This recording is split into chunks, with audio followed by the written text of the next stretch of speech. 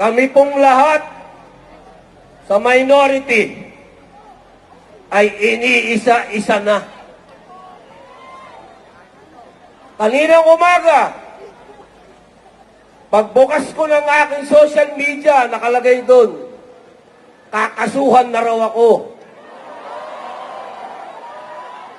Sabi nila, pinatakas ko daw si Bato.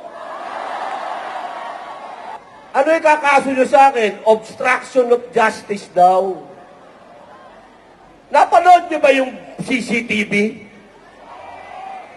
Mukha bang tumakas si Bato? Pambira, naglalakad kami, sumakay kami ng kotse, lumabas kami. Libo ang pulis, walang humuli sa amin. Paanong takas yun?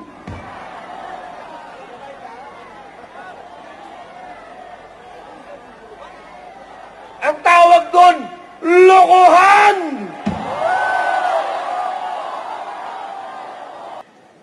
Iniisa-isa na po kami. Hindi po magtatagal, masushoot na naman ako.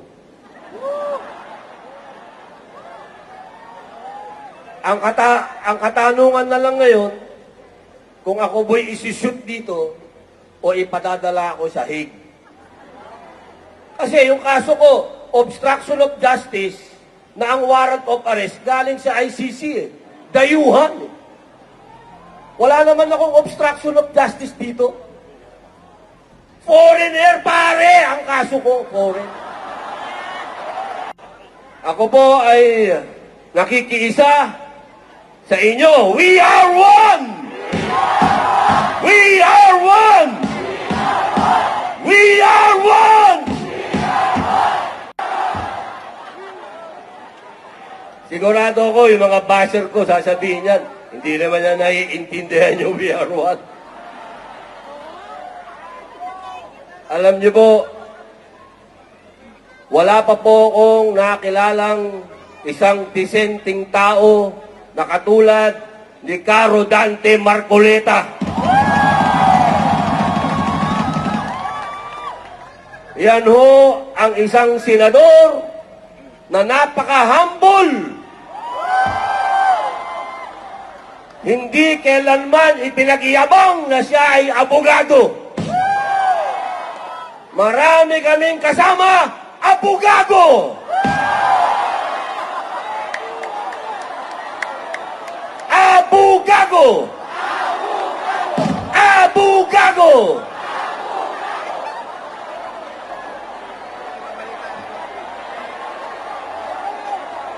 Alam nyo,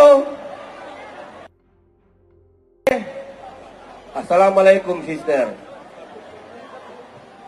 Si Caro Dante kapag nagpapaliwanag ng batas, naiintindihan ng lahat. Kaya pinipilit siyang pigilan. Papayag ba tayong pigilan si Caro Dante?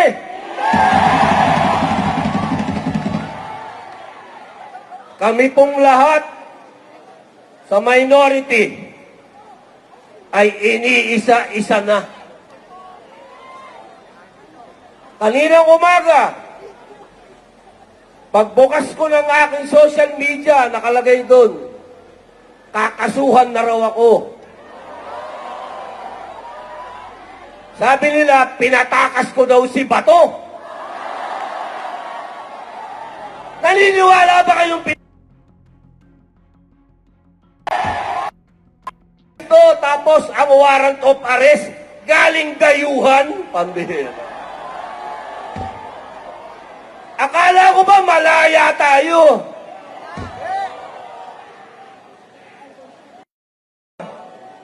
May warrant daw sa ICC. Sabi nila, pero yung Pangulo natin, iniimbita si Putin sa Pilipinas. May warrant of arrest si Putin. Ano, pwede na lang ikaso kay Presidente. Di ba ang gulo?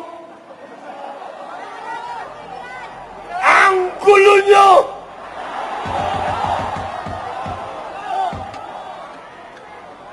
Anong ibig na lang sabihin? Pag dumating dito si Vladimir Putin, isusurrender nyo rin? Oh!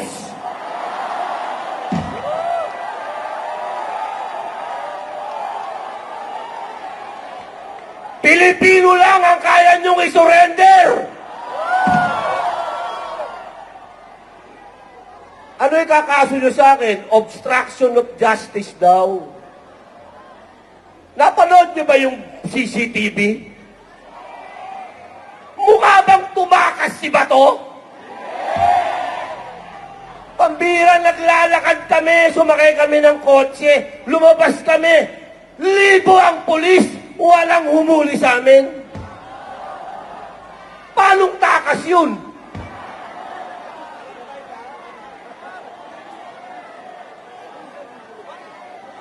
Ang tawag doon, lokohan!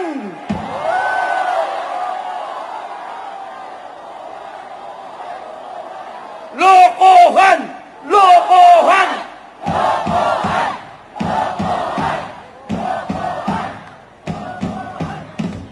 Alam nyo mga kapatid, nakakalungkot ang sitwasyon ng bayan natin.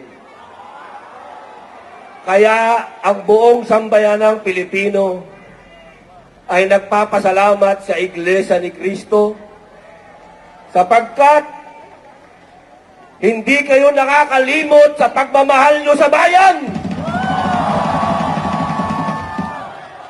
Patuloy ang pangkikising ninyo. Marami sa ating kababayan, hindi ko alam, sila'y gising. Sila naman ay hirap din. Hindi ko alam kung bakit hindi sila nagrereklamo. Nabigyan ba ng maleta?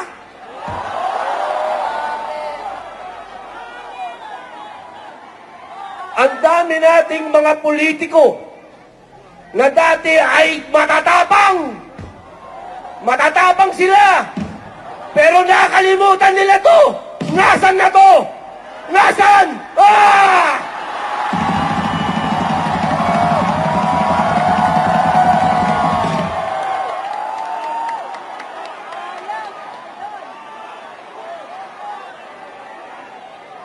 Alam nyo, ang tatay ko, si Assemblyman Roy Padilla Sr., kasama doon sa EDSA 1. Kung buhay siya, sigurado ako, nagmumura-mura yun.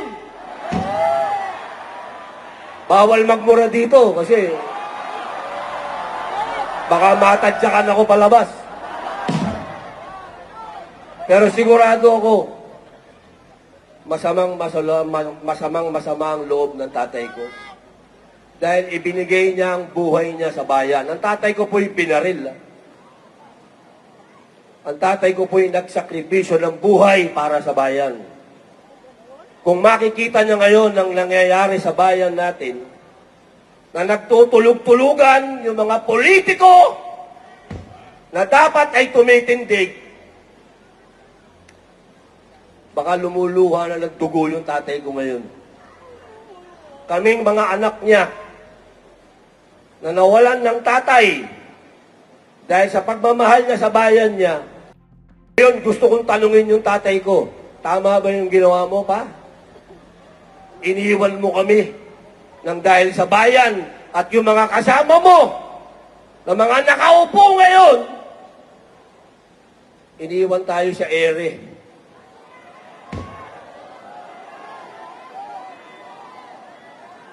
Napakasakit ng nangyari sa atin, mga kababayan.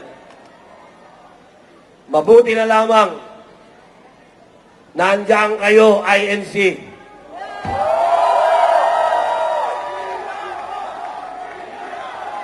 We are one!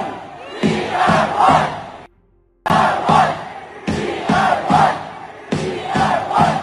We are one! Isang punto na lang. Kasi alam ko, tapos na tayo eh. Buti nakahabol ako. Ito, pakiusap po. Hindi sa inyo, dahil alam ko, hindi nyo kami iiwan eh. Gagamitin ko na lang itong oras na to para makiusap sa mga kababayan nating hindi naman, pero nagtutulog-tulugan. Iniisa-isa na po kami. Hindi po magtatagal, masushoot na naman ako. Ang katanungan na lang ngayon, kung ako bo'y isushoot dito o ipadadala ako sa Hague. Kasi yung kaso ko, obstruction of justice, na ang warrant of arrest galing sa ICC eh. Dayuhan eh. Wala naman akong obstruction of justice dito. Foreigner pare, ang kaso ko, foreign.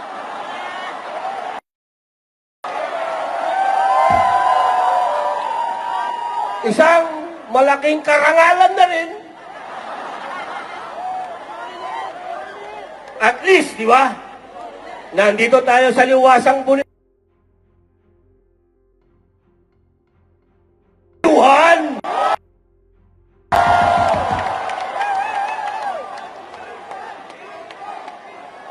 Ang pakiusap ko, mga kababayan ko na nanonood, mga Muslim, mga kapatid kong Muslim, mga kapatid nating Katoliko, Kristiyano, kanina nandyan si Greco Belica, nagsalita. Ang pakiusap ko sa inyo, walang pupuntahan ang bayan natin kung ang mga katulad naming pinapahiwatig sa inyo kung ano ang katotohanan, eh hahayaan nyo kaming makulong. Saan pupunta ang bayang ito kung yung mga nakikipaglaban para sa katotohanan ay hahayaan yung makulong?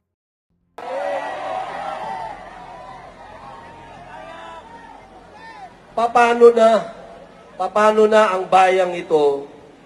Paano na ang mga lugar na katulad nitong liwasang Bonifacio? Kung yung kalayaan ay hahayaan nating tapak-tapakan at ibasura na lang para lang sa kanilang mga pansarili. Hindi nyo po pwedeng sabihin na hindi, okay lang ako. Pwedeng ganun. Dahil ako, ang sarap na ng buhay ko, ang ganda ng asawa ko, bata yung asawa ko.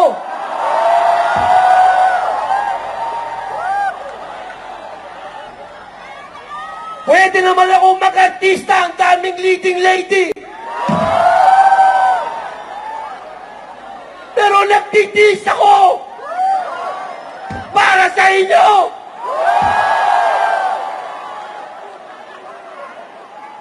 Kaya sana mga kababayan ko, huwag tayong maging makasarili. Tingnan natin kung ano ang ginagawa ng Iglesia ni Cristo. Isang tabi niyo yung religion kasi. We are one. We are one. We are one. At tingnan ninyo yung mga muka ng mga namumuno sa inyo. Yung mga namumuno sa inyo, ano ba yung kanilang motibo at interes? Kapag pansariling interes, iwan nyo yan! Ang laki na ho ng utang natin. Ang sabi nila, kanina nakikinig ako, ang sinasabi lang ng ating kapatid, buwis lang, buwis. Ang binabayad niyong buwis, ang binabayad kong buwis. Totoo yun, napupunta sa wala. Pero mas nakakainsulto dahil yung inuutang natin na dapat mapunta sa pag-unlad natin, nauwi rin sa ang bawat Pilipino. Tandaan ninyo, may utang. Pati magiging apo ninyo. May utang, papayag ba kayo na ganyan na lang ang buhay ninyo? Yung mga nagsasabing sila daw ay makabayan, huwag kayong magmumura, bawal yan. Makabayan daw sila. Pero bakit meron silang tinatawag na exit plan? Yan ang talungin ninyo sa bawat isa, mga mahal kong kababayang Pilipino. Ikaw, may exit plan ka ba? Bakit yung mga namumuno sa atin may exit plan? Ibig sabihin, wala silang plano para sa atin. Yan ang ilagay ninyo sa isip ninyo. Hindi yung nakarinig lang kayo ng magaling mag-English dyan, believe na kayo. Tapos na ang panahon ng spoken in dollar. Tapos na. Panahon na ngayon para magkaintindihan tayo, mga kapatid. Nakahanda po akong magpakulong.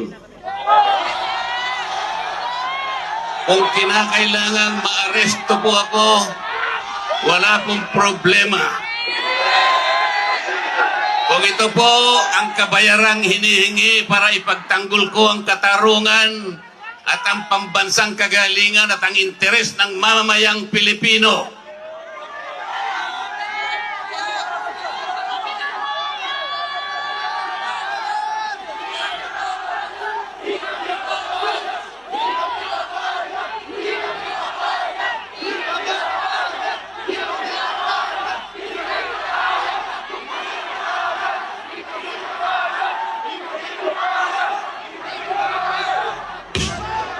hindi ko po alam kung paano ko kayo pasasalamatan sa tuwing nababanggit ang aking pangalan na sinusuportahan po ninyo ang aking ginagawa para sa ating bansa.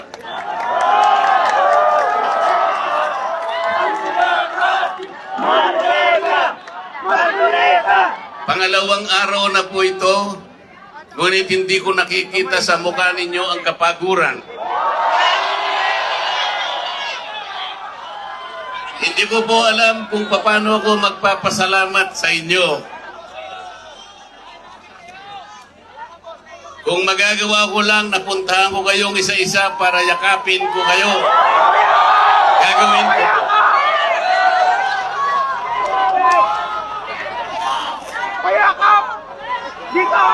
Naisip ko nga, magdadala na lang ako ng hopya.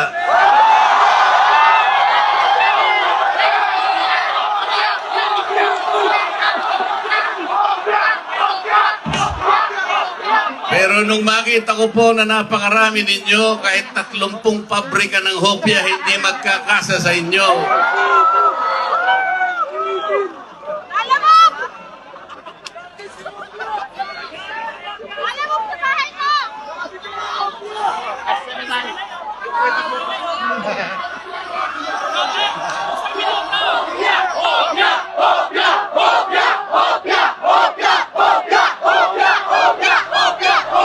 Nilulunod ang pag-iimbestiga sa flood control scam? Bakit si Marcoleta ang ikukulong, kayo ang mandarambong?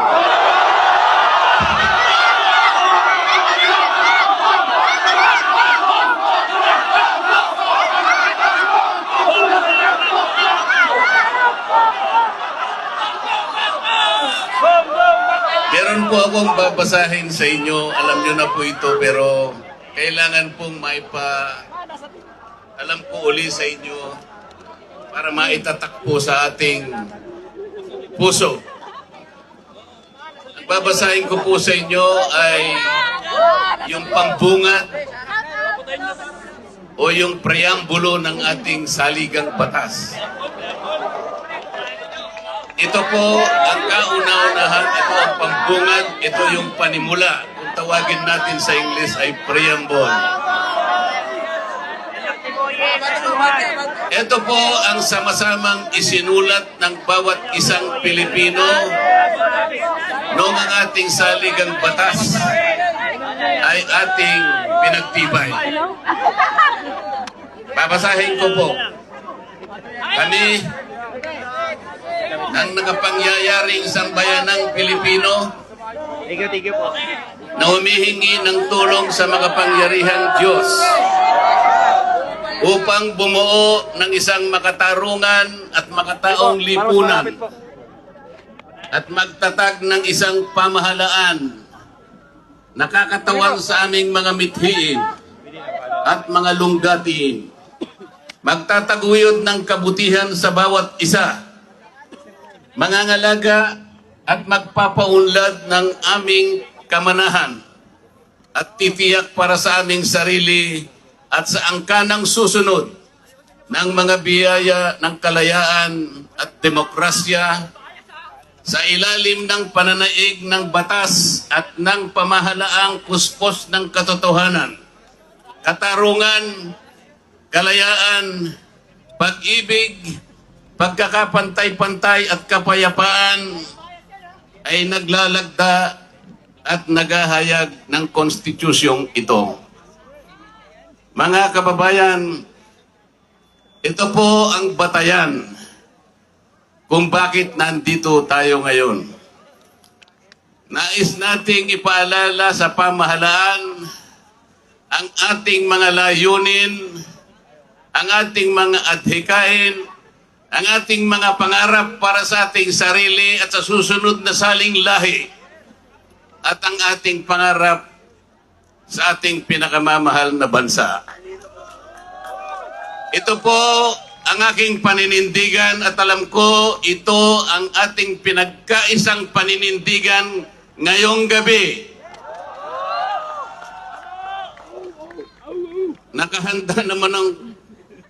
Nakahanda po akong magpakulong. Kung kinakailangan maaresto po ako, wala pong problema. Kung ito po ang kabayarang hinihingi para ipagtanggol ko ang katarungan at ang pambansang kagalingan at ang interes ng mamamayang Pilipino,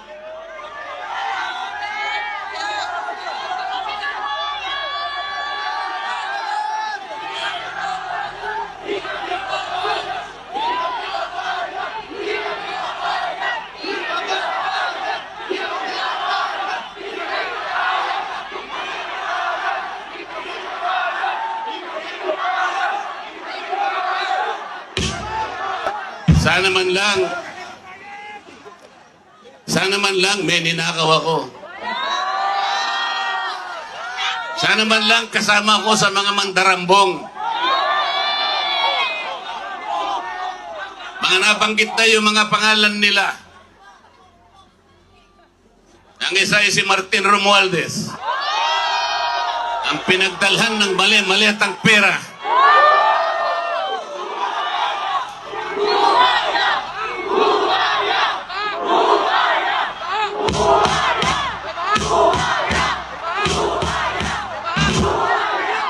Ako po ang ibinibintang nila sa akin ay salaping pantulong para sa kampanya para ako'y manalong isang senador.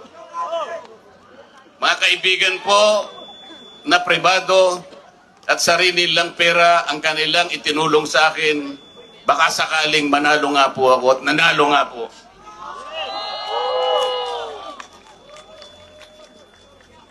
Hindi ko na po ipaliliwanag ang technicality kung paano nila inimbento ang isang gawa-gawang asunto laban sa akin.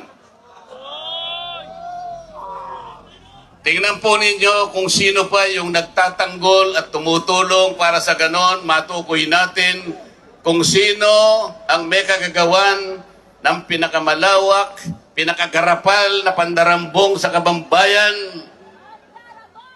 Siya pa ang inaasunto at siya pa ang pinagbabalakang arestuhin. Hindi ba katungkulan ng ombudsman ang sila ang humanap, umusig at parusahan ang lahat ng may kagagawan nito? Bakit ang ombudsman ang nagagalit sa akin? Hindi ba dapat tulungan pa nila ako? Sapagkat iisa ang layunin namin. Ginawa po nilang politika ang lahat ng ito. Ang mga asunto po na sinampa laban sa akin ay nagsasaysay ng kwarta. Pero hindi nagbabanggit ng korupsyon. Nagsasaysay ng halaga, ngunit hindi binabanggit ng ill-gotten wealth. Ipinipilit na iugnay ang public office, ngunit walang binabanggit na abuse of public office. Naglulubid ng mga chismis, ngunit walang ebidensya. Naglulubid ng naratibong pampolitika, ngunit walang binabanggit na elemento o sangkap sa mga krimen na kanilang gawa-gawa. Yun po ang nakapagbibigay po ng malaking kalapastanganan sa ilalim po ng mga batas na umiiral sa ating bansa. Hindi ba sinabi natin, bawal ang bend the law?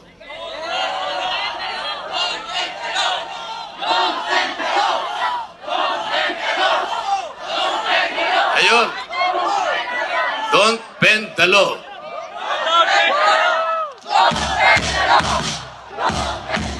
Eh, paano naman kasi? Isa naman kasama ko doon sa bulwagan sa Senado, bigla na lang nagsalita. Sometimes you have to bend the law to be able to please the people.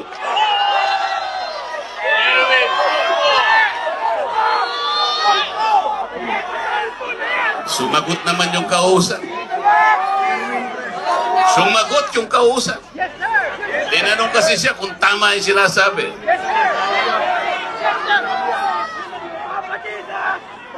Ang sabi niya, yes sir.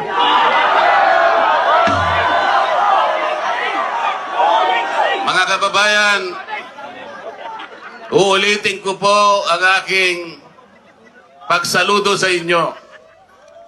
Ang aking paggalang, ang aking pagpapasalamat sa ipinakita ninyong pagsuporta at pagmamahal sa akin at sa mga bagay na ipinaglalaban nating lahat. Ang katarungan, ang katotohanan, ang pananagutan, at ang katarungan. Kapwa Pilipino, pilit akong umabol kasi hindi ko kayang hindi kayo samahan para isigaw sa buong mundo, we are one! We are one! We are one! Talaga naman, walang umuuwi, walang natutunaw sa ulan na pinadala ng langit. Walang uwian ito. Kasuklam-suklam ang gobyernong manhid at walang pakialam sa hirap ng ating mga magsasaka at mangingisda, mga sektor na nagpapakain sa atin na halos walang makain, gutom ang mga pamilya. Wala silang pakialam. Gobyernong tulog, lasing sa kapangyarihan. Sadyang pipiliin pa bumiyahe, makihalubilo sa Canada, sa mga dayuhan sa Amerika, habang ang Pilipino ay nagturusa sa gasulinang hindi abot kaya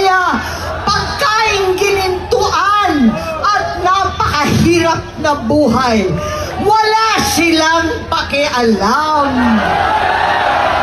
Pagkat itong gobyerno ay bangag! Walang malay! Nagkukunwaring hindi nakikita ang 10 ton na ebidensya, ang 12 ng testigo, ang 18 higit pang mga Marines. Itong baha at flood control na lulunod sa atin lahat. Wala silang pakialam. Kaya marami po sa inyo naging kasama ko nung ating kabataan. At ang suot natin ay itong t-shirt. Ang sigaw natin noon pa, makialam! Makialam na po tayo! Makialam para sa kabataan! Makialam para sa kinabukasan! Makialam para maibalik ang katotohanan sa ating lipi. Panahon na maibalik ang katarungan, ang hustisya na hindi buktot at pinabaluktot ang batas at saligang batas. Katarungan na pantay-pantay sa mahirap at mayaman. Katarungan na walang sino-sino, na walang pinipili na kaalyado o kalaban daw.